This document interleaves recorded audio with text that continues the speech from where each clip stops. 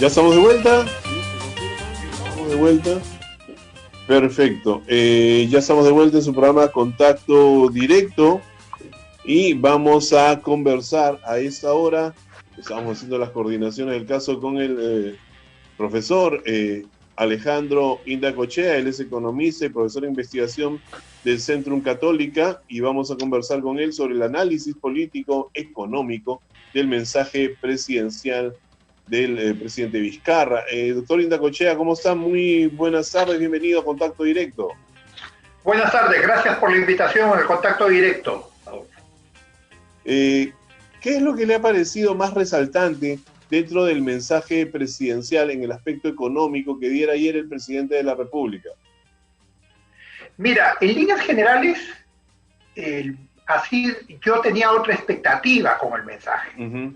Yo esperaba que fuera un mensaje primero de autorreflexión, de autocrítica, ¿ya? No ha habido ninguna autocrítica.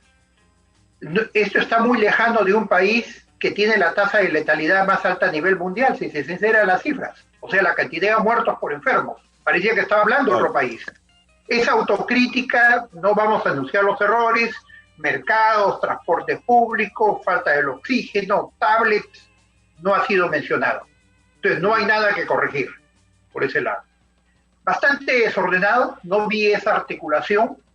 Si bien se ha anunciado la integración en los servicios de salud, lo cual es bueno porque son servicios aumentados, un aseguramiento universal. De ahí estamos hablando de ampliar lo del bono y dar un nuevo bono, digamos, para los huérfanos. Pero mi pregunta es, el mismo bono para los huérfanos, si no tenemos un registro de los muertos verdaderamente afectados por el COVID, ¿a quiénes le vamos a dar los bonos? Exacto, qué buena pregunta. Qué buena pregunta, ¿ya? Realmente. Ahora, usted ha mencionado tres aspectos muy importantes, ¿no? El primero que menciona es el tema de salud. O sea, se quiere dar CIS a todos los peruanos, ¿no? Dice que para el próximo año todos los peruanos vamos a tener CIPS. Hoy ya hay 21 millones de afiliados, pero tenemos un sistema de salud deprimente, un sistema de salud que ha demostrado no tiene la capacidad para atender a gran número de personas y a las que atiende siempre las va a atender mal. Entonces, ¿no es un poco contradictorio decir de que, o vanagloriarse de que el CIS está para todos los peruanos cuando no tenemos un sistema de salud que lo respalde? Totalmente de acuerdo. Esta integración más aún va a demorar muchos años. Son culturas, presupuestos, sistemas diferentes. Lo más modesto hubiera sido, vamos a iniciar la integración, ¿no? Sobre ello. Claro. Ahora, ¿qué tema a mí me preocupa central del anuncio del presidente?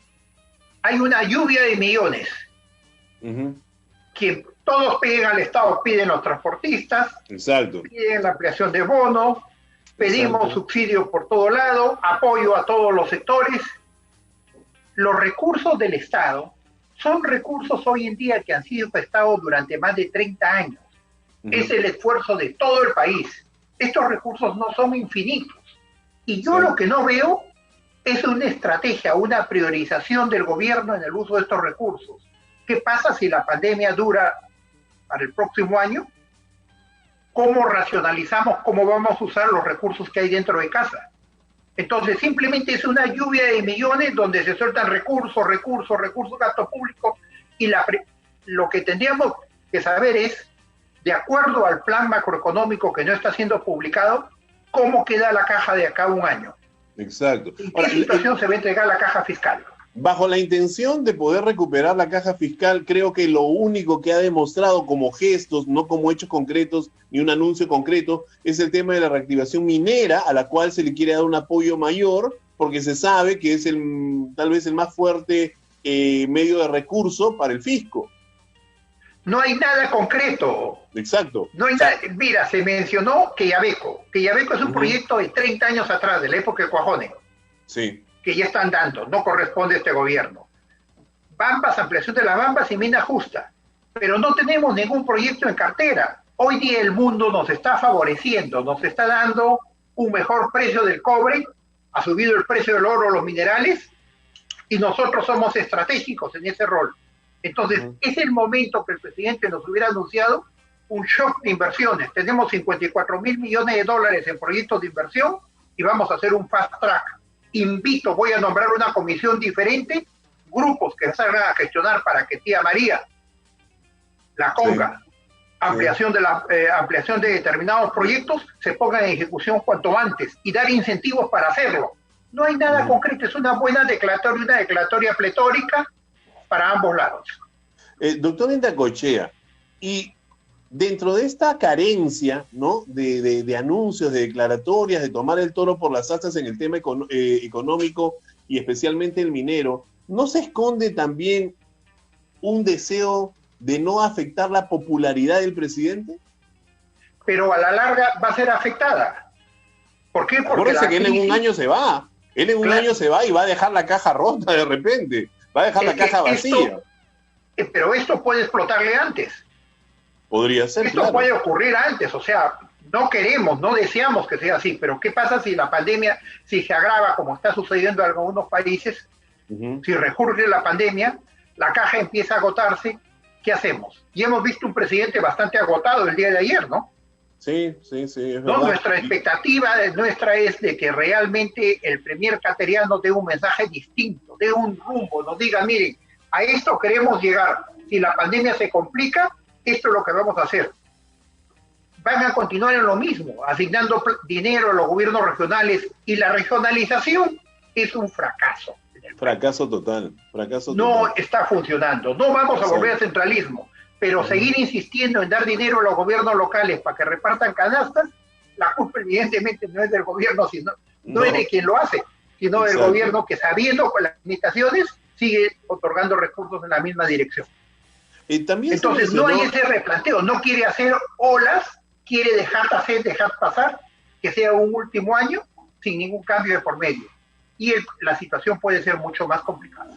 La ministra de Economía, el día de ayer en una entrevista mencionó de que ella espera que la reactivación económica del país se dé a partir de julio del próximo año, fecha en la cual ya sale de mandato ese gobierno. ¿Usted es tan auspicioso? ¿Usted cree que para julio del próximo año ya la economía va a estar nuevamente encarrilada? Bueno, todos queremos eso, pero estamos viendo, y que ella señale una fecha, justo la fecha de salida, me lleva a reflexión, ¿no? Que justo después que yo salga, ¿no? Va a reactivarse. No, pues, hoy día hay lanzarle la pelota al que... Es como lanzarle la pelota, ¿no? En el mundo. Y lo que necesitamos es política económica con una priorización estratégica de los recursos. Me explico mejor. Mira, Miraflores con Barranco, Miraflores está deficitario, tiene un déficit y no puede pagar a los empleados. Sin embargo, el gobierno central le va a asignar 22 millones para hacer un parque bicentenario. Muy bonito, hermoso el parque bicentenario, he visto los diseños. Pero mi pregunta es, ¿qué es prioritario? ¿Ampliar San Antonio, la emergencia del hospital, donde están en la calle, o construir un parque bicentenario? Entonces, eso es lo que me preocupa. El gobierno no tiene una prioridad estratégica en los gastos, una ubicación de qué cosa es lo emergente y qué cosa es lo que se va a hacer después. Ahora, esa crisis económica y recesión en la cual hoy estamos viviendo, ¿usted qué compartiría con la ministra como recomendación o consejo para poder salir de ella? Que tiene que ir más allá de la asignación de gastos y manejo de presupuestal. Necesitamos política económica, una política económica en la cual se priorice con una estrategia, primero salud, segundo, el apoyo a los sectores más afectados, más empobrecidos, ¿no?, por la pandemia, que me temo que no están en los bonos, porque los bonos es la misma base de datos anterior. Sí. Y posteriormente, aquellas obras que puedan implicar un relanzamiento a futuro de la economía. ¿Por qué? Porque tenemos que empezar incluso en reentrenamiento de la gente. ¿Qué hacemos? Sacando a la gente a limpiar calles, a limpiar autopistas, gastarnos el presupuesto, si de acá a un año se van a quedar sin trabajo cuando no haya dinero. Entonces tenemos que empezar en un plan de reconversión. Exacto, y ese es un problema muy grave, ¿no? Que el gobierno no deje de lado de repente estas celebraciones por los 200 años de independencia. El bicentenario para mí se venía con mucha expectativa, y creo que para todo el Perú, pero ante la realidad y la actualidad, pues hay prioridades que se deben de cumplir. Y como cualquier padre de familia o madre de familia que quiere, pues, cuidar el bolsillo para el beneficio de sus hijos, pues igual el gobierno debiera de cuidar su bolsillo y no estar, pues, pensando en parques, pensando en flores, en monumentos, cuando hoy en día la salud es endeble, los trabajos no existen, la economía se desquebraja y el crecimiento económico del país cada vez es menor. Pero ese es el tema central para mí. El tema central es que estamos en una política de gasto impresionante. Realmente, el déficit fiscal es 10%. Ya la fortaleza fiscal, la deuda PBI, que era 26, 27, y nos vanagloriáramos que teníamos buenos indicadores, hoy día ya es 33, 34, se va a 40. Entonces, nadie está proyectando qué va a suceder con la caja de acá a un año, qué pasa si la pandemia continúa. No nos gusta pensar en esa forma, pero tenemos que pensar en el futuro, no podemos ser cortoplacistas, ¿no?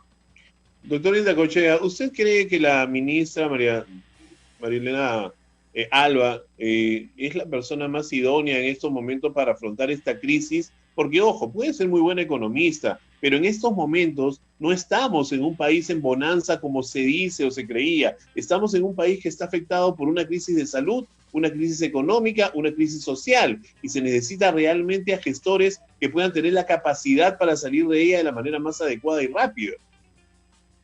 Mira, no quiero hablar de personas, pero yo diría que necesitamos política económica, una visión diferente, y no simplemente... Entonces, permítame con presupuestos, ¿no? Permítame replantear la pregunta. ¿Usted cree en estos momentos que se están realizando los ajustes necesarios para salir de la crisis de parte del Ministerio de Economía? Quisiera ver esa opción. Quisiera ver en forma diferente. Quisiera ver que hay un plan macroeconómico que nos digan, mira, esta es la emergencia nacional. Si la crisis continúa, vamos a hacer esto. Y esto de acá quisiéramos hacerlo, pues lo vamos a dejar de lado. Ahora, buenos anuncios, diría, para no hablar todo en sentido de crítica, ni se tome mal, es Chavemochic, Majes, ¿no? Se va a reconstituir, se va a hacer gobierno la línea 2 del metro, ¿verdad? Y una serie de obras, lo cual me parece bien. ¿Por qué? Porque hemos demostrado que la famosa descentralización de los recursos no ha funcionado. El norte merecía, después de muchos años, un tratamiento diferente que hoy día se va a hacer con un proyecto gobierno a gobierno. Tenemos que aceptar la realidad. No hay un aparato público, ni somos capaces con la regionalización de manejar nuestro presupuesto. Da origen, digamos, a una serie de problemas y da la impresión que lo único que hemos sido exitosos es descentralizar la corrupción. Y bueno, descentralizarla, ¿no? Que no es acabarla, que no es terminarla, ¿no? Tema ausente el día de ayer. Ajá. Tema totalmente ausente el día de ayer, no se habló nada. Exacto. No, bueno, y vemos todos los días la denuncia, la falta de transparencia, el gobierno no hay una posición, vamos a seguir igual. El presidente mencionó que es parte de la intención desde su llegada al gobierno, ¿no? De combatir, pues, el tema de corrupción, pero, o sea, pero se ve, o sea, le ha costado la cabeza a ministros, en la Contraloría de la República estuvo implicada también el tema, los gobiernos locales ni hablar, o sea, la corrupción está en todos lados y eso no puede, pues, taparse los ojos. Otro tema, doctor Indacochea, es que la ministra María Antonieta Alba, ¿no? ha dicho que el Congreso no tiene capacidad de gasto público por esto de la ONP, ¿no? Y que va a terminar, pues, en los juzgados porque no van a aceptar esta ley que beneficiaría a poder hacer el retiro de las personas que por más de un año no aportan a la ONP. ¿Qué comentario le merece este tema? Totalmente de acuerdo con la ministra. El Congreso está en una campaña populista. Como es un Congreso efímero, de paso, sin partidos, sin proyectos políticos, sin propuestas, y anónimos porque no los conocemos, entonces la forma de llamar la atención es con populismo. El populismo implica tomar decisiones sin hacer una evaluación económica, sin hacer una evaluación de las implicancias, y simplemente, como lo anunció el presidente del Congreso, responder al populorum, a las demandas. Aunque a la larga se trata de afectar más a quienes tratan de proteger. Ahora, el Congreso está tomando muchas decisiones que implican gasto público, están incumpliendo la Constitución. Tendría que haber una acusación contra ellos. Me refiero concretamente el ascenso en salud, el pago de estos bonos va a significar más aún los mismos peajes, porque en los peajes lo que nos va a implicar es un gasto público a futuro cuando perdamos todos los juicios ante CIADE. Exacto. Ahora, entonces, sí. Esto implica un costo para el país a futuro. Yo creo que acá merece una acusación constitucional de que ellos están yendo contra lo acordado, con lo que existe en la Constitución del país. Eso sería importante realmente. Hay otro tema que, bueno, no es específicamente económico, pero tiene que ver con el gasto público, y es el tema de estas tablets. Usted sabe, se anunció que para fines de julio iban a estar las tablets ya para que los niños puedan realizar sus estudios. Lamentablemente, esa compra se ha caído. Está llena de vicios y justamente me vino a la memoria por el tema de corrupción, de que al final la empresa a la cual se le había asignado la compra no contaba pues con el capital o con la garantía para poder realizar esta compra. Un ofrecimiento más del gobierno que no se cumple, un tema de gastos importante, me parece que eran 700 millones de soles, los cuales iban a ser destinados a este tema, pero otra gestión que se queda trunca y un ofrecimiento más que al final no llega a quienes lo necesitan realmente. Pensemos pues que en mejor de los casos va a ser el próximo año, pero hay muchos niños que este año perdieron su año escolar por este tema. Bueno, ese tema lo vimos, estuvo ausente. Uh-huh. Más aún, yo creo que al presidente no le dieron los datos precisos, porque mencionó que el Perú ha avanzado 10 posiciones en el ranking digital, y ese ranking fue publicado en 2016, o sea, no le corresponde a su gobierno. No habló nada de lo que implica la transformación digital, la red de fibra óptica en el país, ni de las tablets. Uh-huh. Es una pena realmente que hay muchos temas que el presidente no domina o creo que se deja mal orientar, ¿no? Él está siempre buscando, pues, esbozar una sonrisa y un mensaje positivo, pero la realidad muchas veces nos dice de que debemos ser más bien conscientes con nuestros errores para poder corregirlos, y eso es algo que no se hace. Se ha anunciado también un bono que usted mencionaba al inicio de su intervención para los niños deudos fallecidos por el tema del COVID-19. Pero como usted bien decía, no se tiene un registro exacto, no se sabe si son 18,000 y pico, como hemos amanecido esta mañana, 25,000, como dice que la ministra que son, o 43,000, como dice la Oficina de Control de Fallecidos del Centro de Estadística. Bajo ese contexto, ¿cómo se puede trabajar si no sabemos quiénes estamos enfermos y cómo se puede programar el gasto para ello? No los tenemos en claro, pues. Y por otro lado, espero que no continúen los bonos con las colas en los bancos. Yo creo que hoy, como se ha hecho en otros países, con mi DNI y con mi celular, me abren una cuenta corriente y simplemente voy al Banco de la Nación a sacar dinero del cajero. Yo no entiendo por qué no hay transformación digital acá. Y es más, doctor Indacochea, o sea, ya tuvimos la experiencia de hacer colas, ¿no? Y de ver estas colas en personas que iban a cobrar el bono. ¿Por qué no se les dio una tarjeta, ¿no? En vez de darle el dinero en físico, bueno, puede ser también en físico, pero una tarjeta diciéndole que está su nueva cuenta de banco para que el segundo bono lo cobre acá o para que la otra mitad, porque si en dos partes, se cobre ahí. Y nos saltábamos un proceso que en el tiempo no pudimos hacer, porque esto de la digitalización y de la bancarización de los peruanos es un tema ausente que hoy nos está golpeando en la cara. No, eso fue algo, ¿verdad? Un error grave haber hecho esas colas en los bancos, ¿no? Y por otro lado, la base de datos la tenemos en el registro electoral más ordenada. Exacto. Si ya sabemos dónde vamos a votar. Exacto. Que iba a haber filtraciones, iban a haber filtraciones, pero más nos han costado los contagios. Y la ayuda de las canastas lo están planteando meses atrás, que sea con las Fuerzas Armadas. Se hace un acopio logístico en las comandancias del ejército y lo reparten durante el toque de queda a las zonas más necesitadas, identificados como una bandera blanca. Pero si seguimos dando dinero a los municipios, ya sabemos qué va a suceder, ¿no? Tímido, o sea, hay un temor de tomar decisiones, y ese es el reto en el país. necesitamos una visión de estadista que nos diga, miren, ante la emergencia nacional, esto es lo que queremos hacer a julio del Bicentenario. Doctor Necochea, yo quiero agradecerle realmente por esta entrevista. Lamentablemente el tiempo en televisión siempre es corto, siempre queda corto cuando venimos pues conociendo la opinión de una persona tan capacitada y experta como usted en el tema económico. Muchísimas gracias. Me gustaría comentarle lo siguiente. Por favor.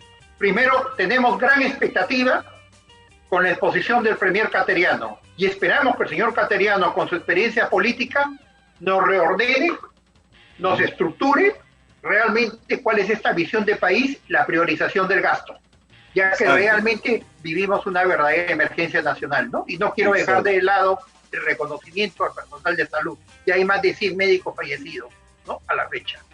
Exacto. El premier tiene la obligación, creo yo, de decirnos el cómo, el cuándo, cómo, dónde se van a realizar estas cosas. Queremos que tenga éxito. El éxito del señor Cateriano va a ser el éxito del país. Y deseamos lo mejor con los anuncios que él haga. Doctor Necochea, muchísimas gracias por esta entrevista. Espero que podamos volver a encontrarnos. Gracias. Nosotros, amigos televidentes, nos despedimos. Agradecido a todos ustedes por su sintonía. Nos despedimos hasta el día de mañana. Muy buenas tardes. Permiso.